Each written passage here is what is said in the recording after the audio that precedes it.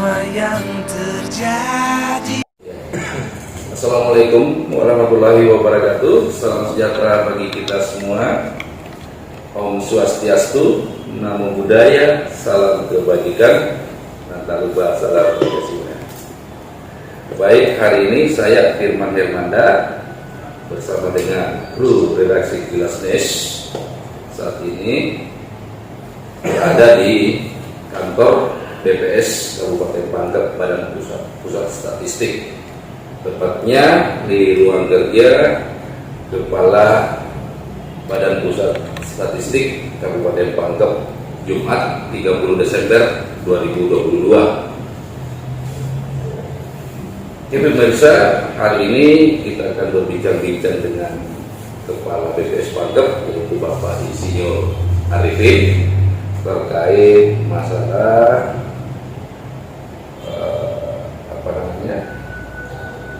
pemberitaan yang terbit di media-media.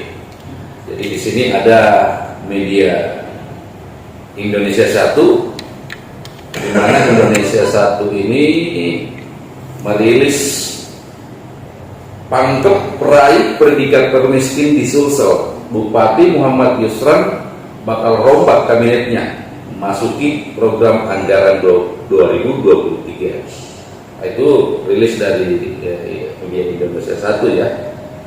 Terus ada juga dari media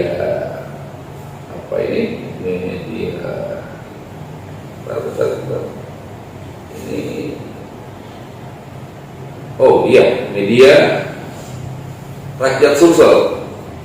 Rakyat Sulsel, di mana Ibu Andi Nirawati, salah seorang politisi dari Partai Gerindra, yang khawatir kalau Kabupaten Pangkep menuju kemiskinan yang ekstrim. Ini rilisan Rakyat Sulsel ya. Terus bersama dengan Bapak Insinyur Arifin. Selamat pagi, jalan siang Pak Arifin. Selamat pagi Pak. Sehat Pak ya, hari ini Pak ya. Oh iya Pak Arifin, ini ada beberapa pemberitaan yang tadi yang saya sempat bacakan. Pangkep ini masuk kriteria termiskin pertama ya di Sulawesi Selatan untuk tahun 2023. Ini ekspos dari Badan Pusat Statistik, sumbernya Pak ya, dari Badan Pusat Statistik. Kira-kira Pak, metode-metode pendataan atau indikator penentuan faktor angka kemiskinan yang sangat meningkat untuk tahun 2023 ini Pak, itu seperti apa sih Pak? Bisa dijelaskan ya? Ya, terima kasih Pak Firman ya. Iya. Baiklah Bapak Ibu pemirsa yang saya hormati, ya terkait dengan beberapa pemberitaan yang ada mengenai kemiskinan, kami dari BPS mungkin perlu menyampaikan beberapa hal terkait dengan angka tersebut. Yang pertama, barangkali kami ingin menyampaikan bagaimana proses bisnis dari kegiatan yang dilakukan untuk memperoleh angka tersebut. Nah, angka kemiskinan yang dirilis ini adalah kemiskinan yang berasal dari kegiatan survei yang dilakukan oleh BPS setiap tahun, yang disebut dengan survei sosial ekonomi nasional atau Susenas, yang dilakukan selama 2 kali setahun. Dilakukan pada Susenas bulan Maret, di mana jumlah sampelnya itu cukup besar dan bisa mewakili angka penyajian angka kabupaten. Kemudian Susenas yang kedua dilakukan pada bulan September, namun angkanya itu hanya bisa dijadikan pada level provinsi. Nah, dari pengolahan angka hasil Susenas ini, nah itulah yang akan menghasilkan nanti angka kemiskinan. Di mana barangkali perlu kami jelaskan sedikit bahwa Susenas itu melakukan pendataan terkait dengan konsumsi makanan dan konsumsi non makanan dengan pendekatan pada rumah tangga. Berarti ini kategori kemiskinan ini ada beberapa bagian Pak ya, kemiskinan itu ya, kategori kemiskinan ya. Menurut penjelasan Bapak tadi. Kemiskinan sebenarnya kalau kita lihat dari konsep yang ada kemiskinan makro. Ini yang dihasilkan dari survei Susenas yang setiap 2 kali setahun ada September. Sedangkan ada data kemiskinan mikro. Nah, kemiskinan makro ini adalah hasil survei dan ini yang biasa dirilis dan menjadi acuan dalam menentukan daerah dengan persentase penduduk miskin. Sedangkan mikro ini biasanya ini merupakan pendataan yang dilakukan dengan menggunakan kategori yang biasanya 14 atau ini kategori itu, dan biasanya hasilnya adalah by name by address. Ya, dan ini digunakan untuk penduduk ya Pak ya. Ya, by name by address ini digunakan untuk kebutuhan intervensi biasanya. Nah, intervensi pada program-program perlindungan dan pemberdayaan. Termasuk perlindungan sosial kan? Ya, perlindungan sosial. Salah satunya yang dilakukan kemarin adalah kegiatan registrasi sosial ekonomi penduduk yang dari September sampai Oktober sampai November yang lalu. Yang masih sementara berproses, insyaallah pertengahan tahun nanti akan menjadi data untuk kegiatan intervensi dan pemberdayaan depan. Terus terkait masalah publikasi pangkat termiskin ini kemiskinan mikro atau makro Pak? Kemiskinan makro. Oh, dia masuk di kemiskinan makro. Ya. Jadi expose daripada expose terkait dengan kemiskinan makro. Kemiskinan makro ya. Yang by name by address-nya itu sebenarnya tidak tidak tergambar. Tapi jumlah orang miskinnya tergambar. Itu melalui seperti apa Pak penggambarannya? Metode ini ya, kita kan mengatakan bahwa di Pangkep itu jumlah penduduk sekian ribu ya, lebih 340.000. Nah, dari situ kita memperoleh hasil bahwa penduduk yang di bawah garis kemiskinan, karena kan untuk menentukan kemiskinan makro itu harus ada garis kemiskinan.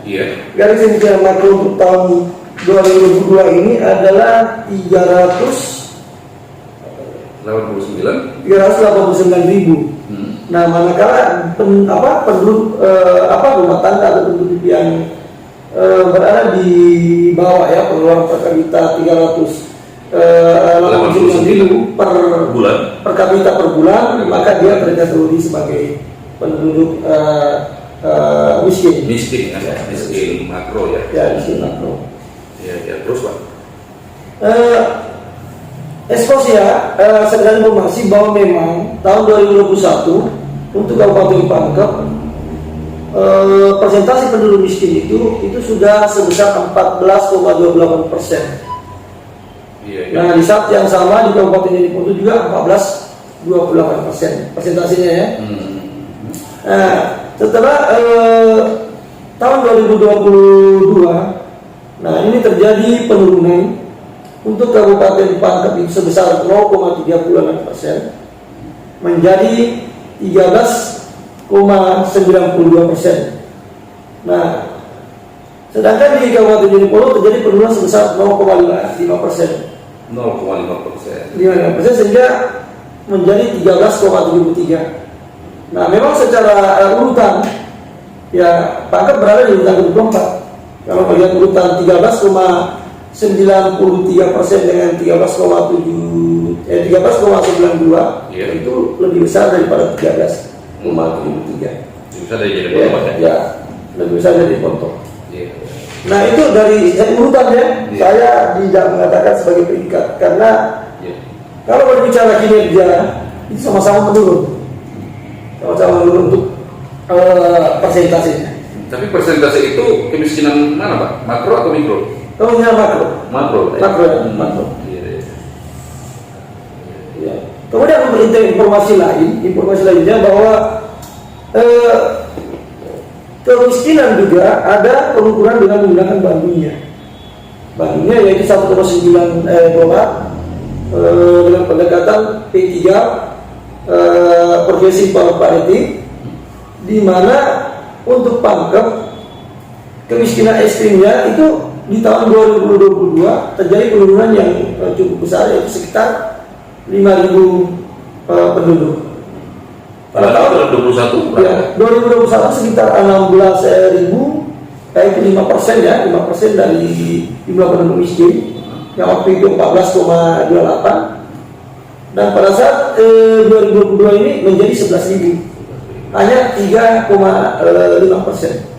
Jadi ada penurunan di jumlah penduduk ekstrim Pak ya? Ekstrim ya? Ya ekstrim, yang berdasarkan bandingnya. Nah itu. Oke.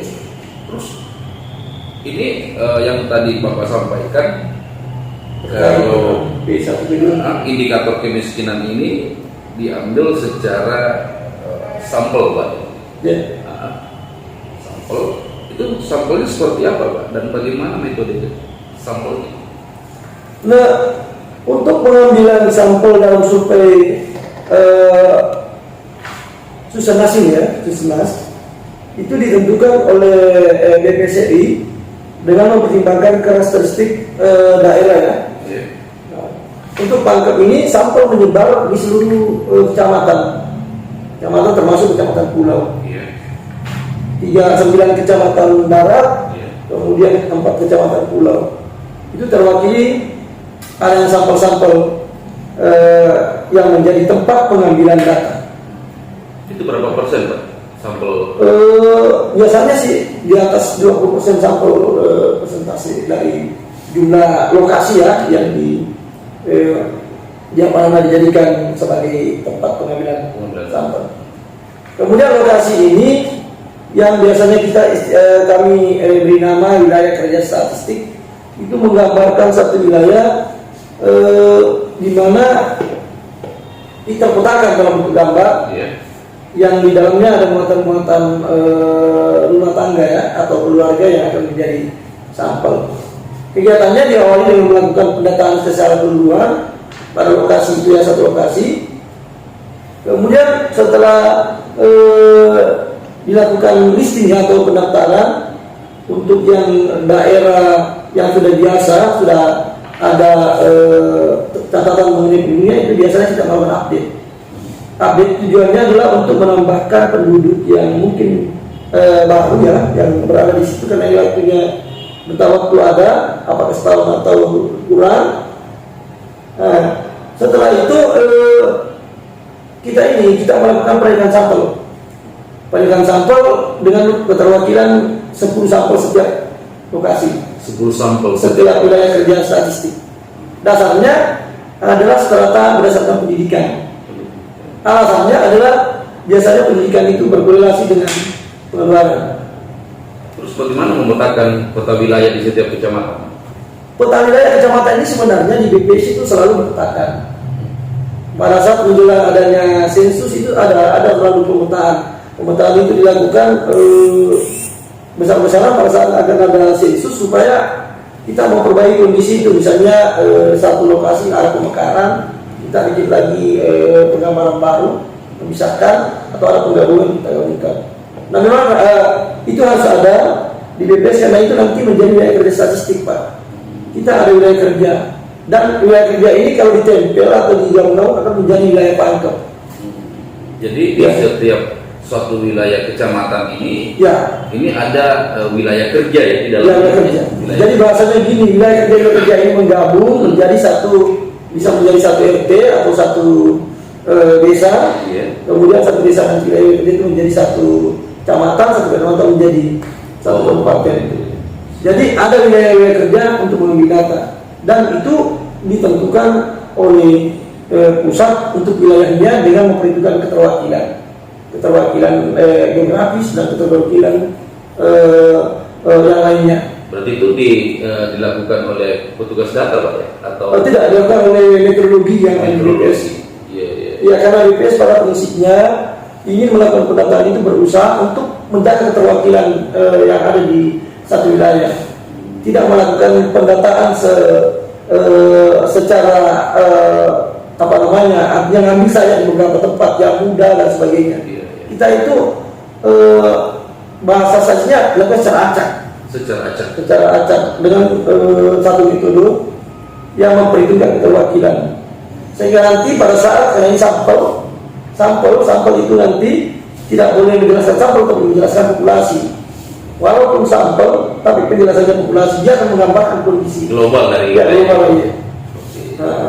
Terus bagaimana bisa menentukan kriteria terkait masalah pengambilan sampel dalam satu wilayah itu tadi, sehingga bisa beranggapan bahwasanya ini kriteria wilayah ini seperti ini gambarannya? Kalau seperti ini sebenarnya areanya BPS Pusat dan BPS Pusat punya informasi yang setiap tahun diupdate dan kita juga memberikan informasi.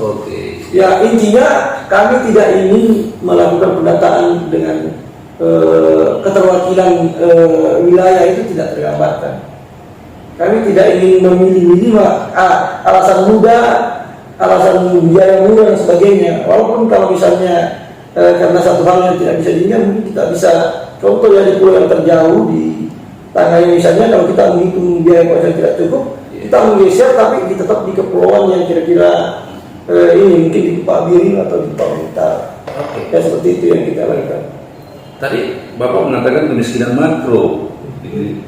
Ini adalah di mana menentukan dari pendapatan ya, atau per kapita ya, per bulannya. Ini di sini saya melihat ada jumlah penduduk dengan angka rupiah per kapita per bulan dan ada juga ribu. Itu seperti apa Pak penjelasannya? Kalau ribu itu adalah jumlah penduduk miskin yang ada di tempat itu. Apa 12% itu jumlahnya sekian orang. Kalau garis kemiskinan yang Bapak maksud itu adalah nilai pengeluaran, memang pendapatan sebenarnya Pak yang dihitung, tapi kan kita tidak punya akurasi kalau pendapatan, sehingga untuk mendekatinya adalah pengeluaran yang dilihat adalah berapa pengeluaran makanannya, ya termasuk dari makanan sampai makanan jadi pun dihitung, termasuk konsumsi daging, konsumsi. Di samping itu juga pengeluaran makanan, misalnya pengeluaran mungkin terkait dengan listrik, air, sandang, terkait dengan pakaian, kemudian kesehatan, terkait dengan beli obat dan sebagainya. Jadi ketika penduduk tidak mendapatkan 389 ribu per kapita per orang, itu berarti kategori masuk kategori miskin. Jadi seperti itu penjelasannya ya pemirsa. Kemiskinan makro itu dinilai tadi dari jumlah per kapitanya. Terus ini ada angka enggak yang berkurang dari tahun ke tahun Pak terkait masalah kemiskinan di Pak? Secara informasi Pak bahwa memang kemiskinan kita di tahun 2000 itu meningkat di pada saat tahun 2001, yaitu dari 1396 menjadi 1428 di tahun 2021. Ya, namun untuk tahun 2002 ini ternyata sudah mengalami penurunan menjadi 13,92. Ya, harapannya akan terus mengalami penurunan. Karena sebenarnya mungkin kami bisa menambahkan bahwa pada metode perhitungan kemiskinan sebenarnya ada tiga indikator yang dilihat di, bukan tiga indikator tapi tiga angka yang dilihat di kemiskinan ini. Kita mengistilahkan dengan P0. P0 ini adalah persentase penduduk miskin. Tentu pada Indonesia adalah jumlah penduduk yang berada di bawah angka kemiskinan yang 2020 tadi sebesar 389.000. Itu adalah persentasenya berapa banyak di situ. Yang itu tadi sekitar 47.000 ya. Kemudian angka yang kedua adalah ada P1. P1 ini Ini tujuannya untuk menggambarkan bagaimana kesenjangan antara pendapatan rata-rata orang miskin dengan garis kemiskinan. Apa sih perbedaannya dengan itu, Pak? Perbedaannya adalah kita melihat bahwa kalau angka itu kecil atau angka itu menurun, berarti penduduk yang jauh dari garis kemiskinan itu bergerak mendekati garis kemiskinan. Artinya apa? Kalau dia banyak mendekati garis kemiskinan, mungkin dengan intervensi yang sederhana atau kondisi ekonomi karena adanya kegiatan ekonomi baru, dia bisa akan naik ke atas, di atas garis, sehingga dia keluar dari garis kemiskinan. Itu yang P1 itu. Sedangkan untuk P2 yang terkait dengan seperti atau ketimpangan itu menggambarkan bahwa antara orang-orang miskin yang tadi sekitar 45.000 itu sebenarnya agak rapat. Tidak ada yang terlalu jauh ininya ya, misalnya untuk kemiskinan ekstrim kita itu 297 dengan kemiskinan makro kita itu tidak terlalu jauh. Artinya orang miskin kita sebenarnya hanya rentan-rentan saja, gampang untuk naik dan mungkin keluar dari kemiskinan. Gampang untuk keluar dari kemiskinan. Karena dia gampang turun dan gampang naik. Karena dia memang ini. Berbeda dengan kalau besar angkanya itu P2 itu berarti ada masyarakat kita ini yang sebenarnya berada di bawah ini yang kemiskinan yang mungkin susah untuk keluar. Ya, itu yang masuk ekstrim ya. Iya, yang ekstrim itu.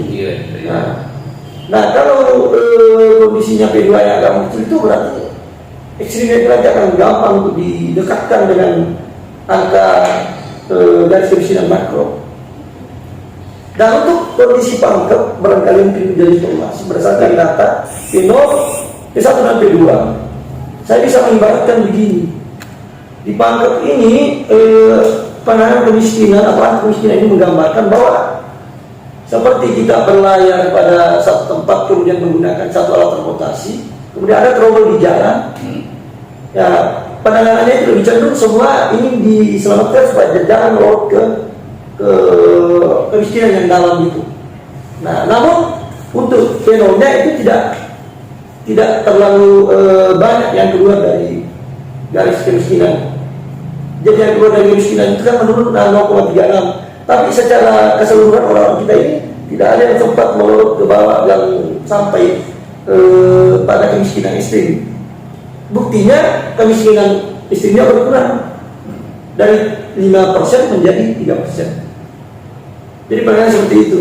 Ya, jadi dipengaruhi oleh kemampuan mereka untuk mengkonsumsi makanan dan non makanan. Berarti dari segi pendapatan, ketika tidak ada pendapatan digambarkan dengan melihat pengeluaran. Jadi pendapatan sebenarnya kita butuh masyarakat punya pendapatan yang memenuhi tergambar dari pengeluaran dari makanannya dan non makanannya. Berarti ini mempengaruhi terkait masalah ketenagakerjaan ini, Pak ya, salah satunya.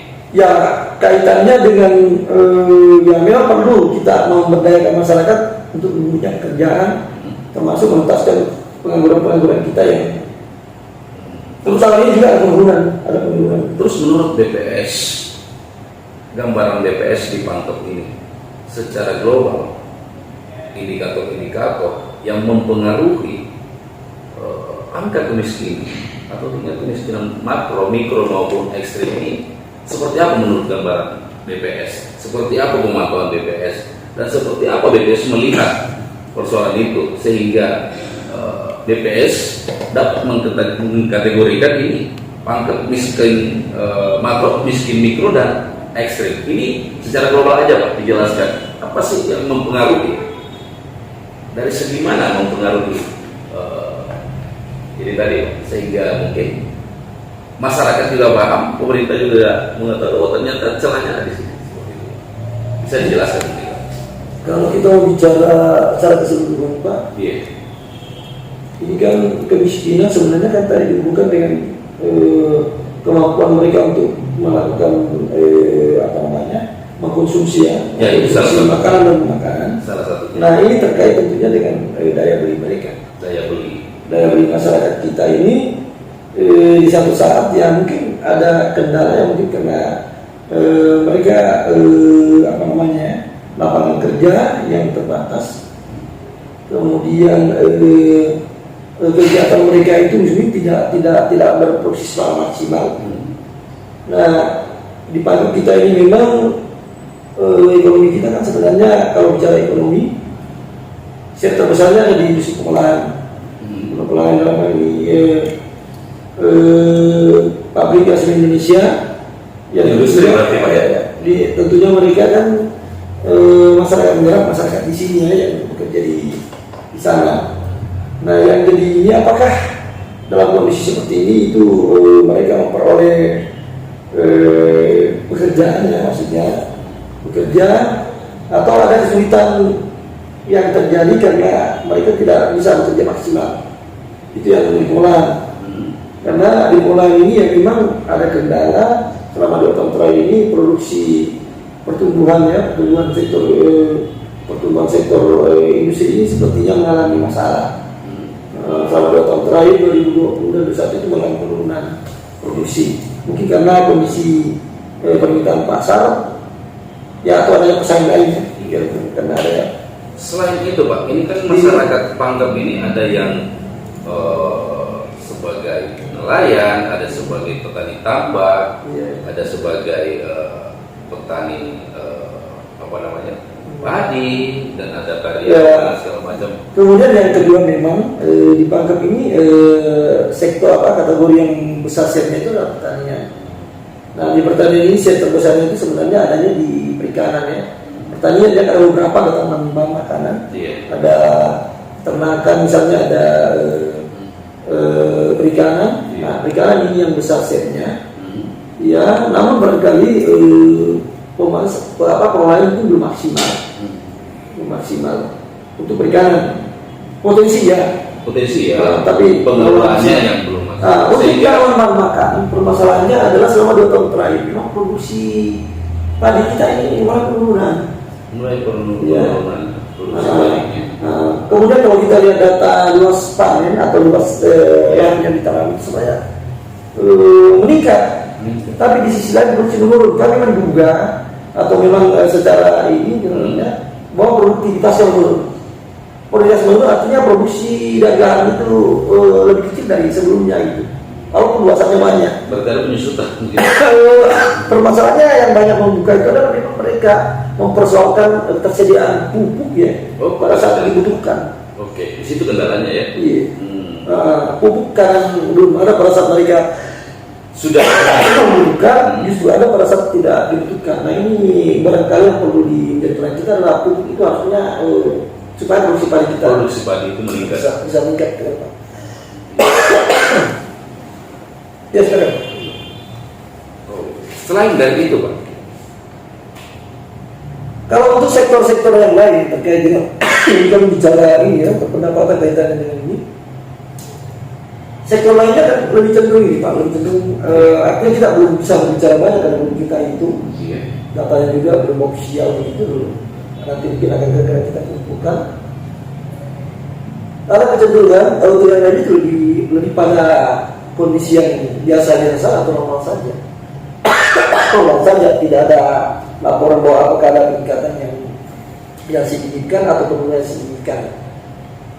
Nanti kami mungkin akan mengeluarkan angka ini pada saat tahun depan ya, paling ini di bulan Februari. Namun kami sudah mencatat dua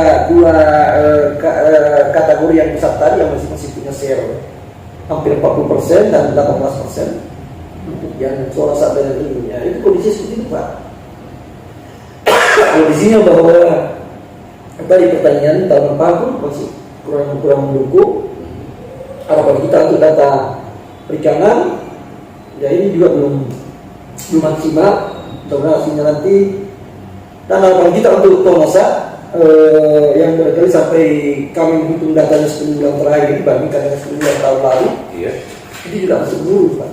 Ya, saya lihat di sini memang ada penurunan produktivitas PDSM kelas ya. Tapi masih ada 2 bulan terakhir kan Pak, masih ada 2 bulan. Masih ada bulan November Desember. Masih ada bulan November Desember yang kita tunggu. Kalau itu membaik dan bisa positif nanti ya mungkin ekonomi kita akan lebih bagus karena tahun kemarin kita bertumbuh 3%. Ya. Terus Pak, apa perbedaan daripada registrasi sosial ekonomi yang baru-baru ini dilaksanakan yang belum berakhir dengan apa namanya? Yang kemiskinan dari ya, yang pendataan secara apa tadi? makro Nasional. ya. Secara pendataan nasional yang ini. Apa perbedaan dengan Reksosek ini, Pak? Perbedaannya?